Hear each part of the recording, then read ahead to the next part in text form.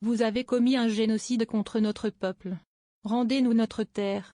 Rendez-nous ce que vous nous avez volé, nos os, nos crânes, nos bébés, notre peuple. Vous avez détruit notre terre, donnez-nous un traité. Nous voulons un traité, nous voulons un traité avec ce pays. Ce n'est pas votre terre. Ce n'est pas votre terre. Vous n'êtes pas mon roi, vous n'êtes pas notre roi. Que les colonies aillent se faire foutre.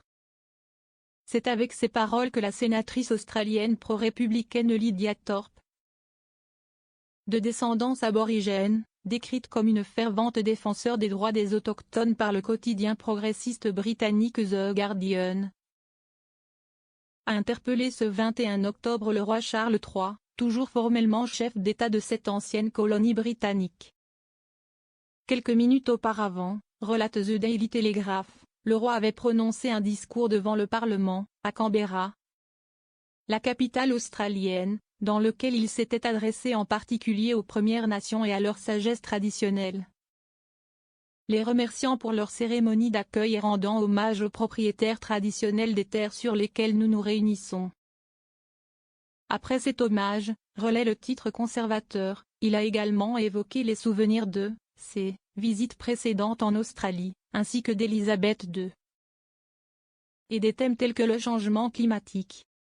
Protestation mineure.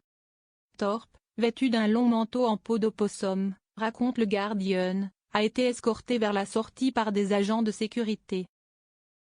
Plus tôt dans la journée, elle avait publié une déclaration affirmant que l'Australie devrait devenir une république et établir un traité avec les Premières Nations dans le cadre de ce processus, explique le titre londonien.